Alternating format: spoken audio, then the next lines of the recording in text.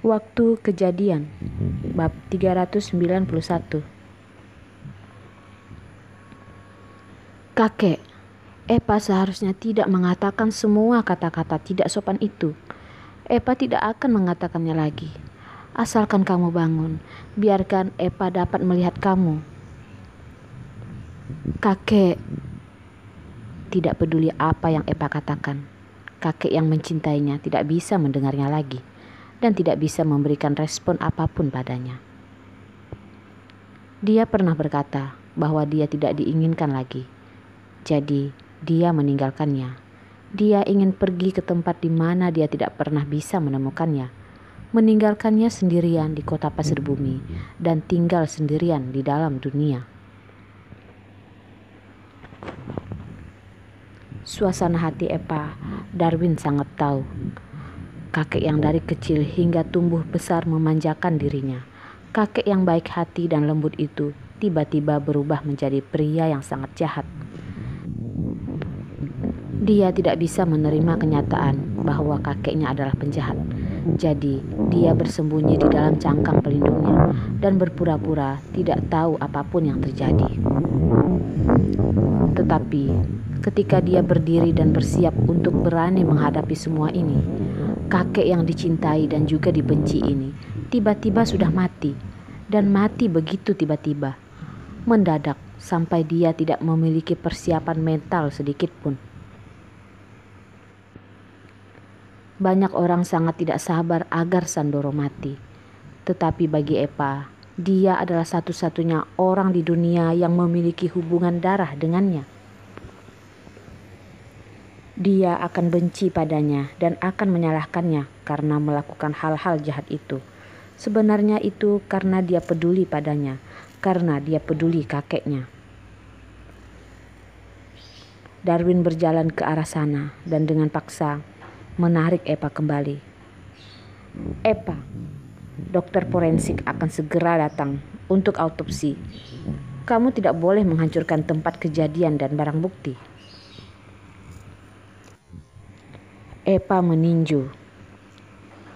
Pembunuh. Kamu tidak usah pura-pura lagi.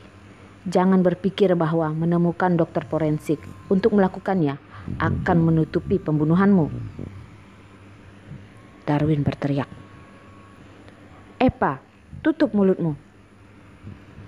Epa mengangkat alisnya dan berkata, aku tidak akan menutup mulut kecuali aku mati. Kamu begitu hebat. Kalau begitu, kamu bunuh aku saja. Jadi dengan begitu tidak ada yang akan bersaksi. Kamu membunuh orang, orang lain juga tidak akan tahu. Darwin tahu bahwa pada saat ini pikiran Epa kacau balau dan dia tidak dapat mengatakan kata-kata yang baik. Darwin menyuruh bawahannya datang membawa peralatan untuk mengikat tangan Epa ke belakang. Darwin, kamu si binatang buas ini, kamu bajingan, kamu licik, kamu benar-benar merasa bersalah. Kamu ingin membunuhku kan? Aku bilang padamu, aku mati pun tidak akan membiarkanmu hidup dengan tenang. Sepasang mata Epa menjadi merah, memaki dan meraung.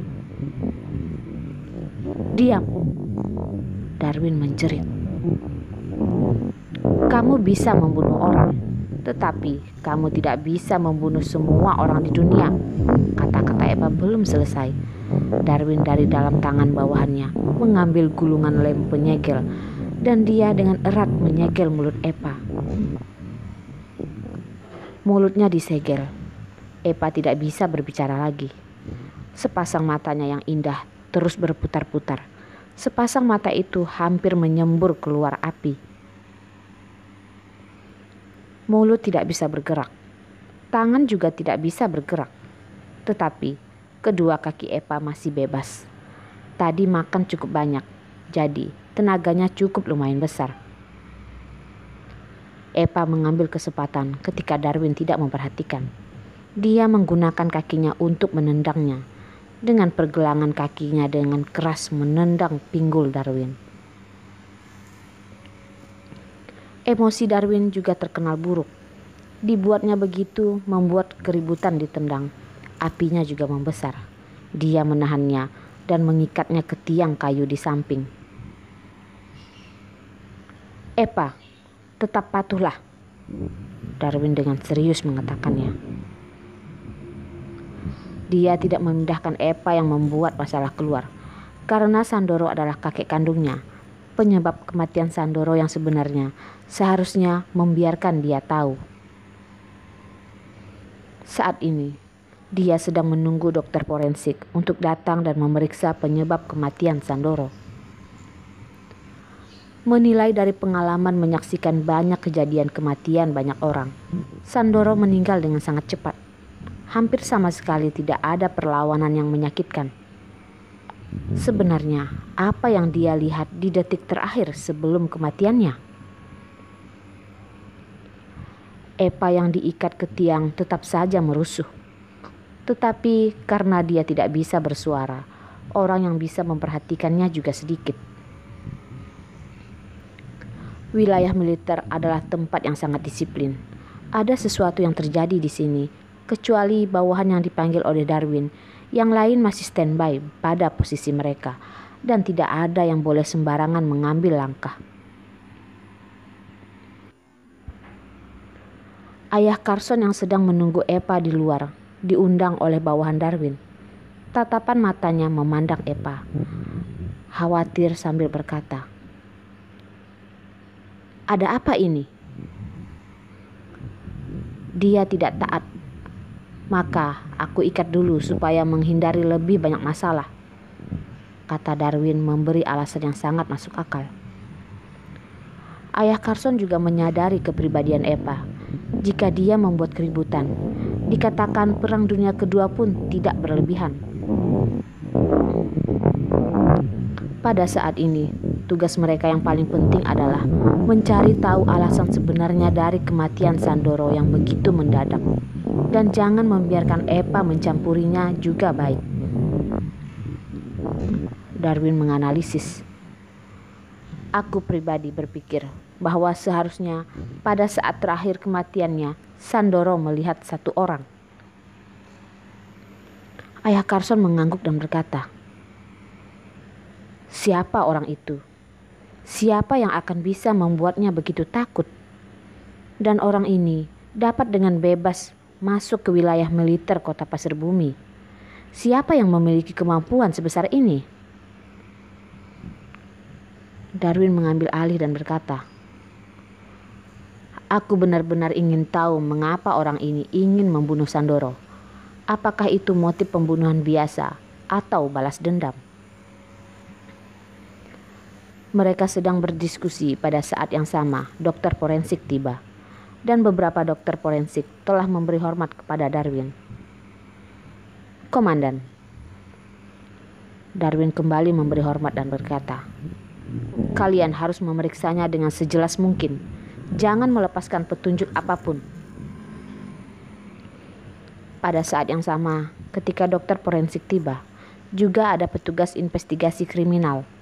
Kedua tim melakukan inspeksi terpisah. TKP dihancurkan oleh Epa, yang membuat pekerjaan para inspektur semakin kesulitan. Dokter forensik kira-kira dapat menilai waktu kematian Sandoro berdasarkan suhu dan bentuk tubuh Sandoro. Waktu kematian Sandoro tidak lama. Dokter forensik datang tepat waktu dan dengan cepat mendapatkan hasilnya. Mereka menilai bahwa waktu kematian Sandoro adalah sekitar pukul 12:24 siang dan penyebab kematiannya sangat ketakutan, mati karena ketakutan. Waktu kematian adalah sekitar pukul 12:24 siang. Setelah mendengar hasil ini, kepala Epa meledak lagi dan terbentur untuk waktu yang lama. Ayah Carson membawanya ke wilayah militer kota Pasir Bumi, tiba pukul 12:20. Ketika dia turun dari mobil, dia sempat melihat waktu. Dengan kata lain, ketika dia tiba di daerah militer kota Pasir Bumi, kakeknya masih hidup. Kakeknya seharusnya masih dengan gembira berpikir dia akan segera melihat cucu kesayangannya. pada waktu dia dari gerbang utara daerah militer kota Pasir Bumi ke sel penahanan kakeknya, kakek dibunuh. Jika dia makan lebih sedikit, jika dia tidak menyeret ayah Carson untuk mengemudi lebih perlahan, maka dia akan dapat bergegas ke sisi kakek sebelum pukul 12.24. Kalau begitu, kakek tidak akan... Tetapi tidak ada jika. Ketika dia akan tiba di sisi kakek, kakek terbunuh. Dia bahkan tidak melihat kakeknya untuk terakhir kalinya. Dia tidak mendengar apa yang ingin kakeknya katakan kepadanya. Jika bukan Darwin yang membunuh kakeknya, jadi siapa? Apakah ini semua imbas dari kejahatannya? Kakek dulu terlalu banyak membuat dosa. Sekarang saatnya untuk dibalas kepadanya. Tetapi mengapa tidak membiarkan kakek melihatnya untuk terakhir kalinya?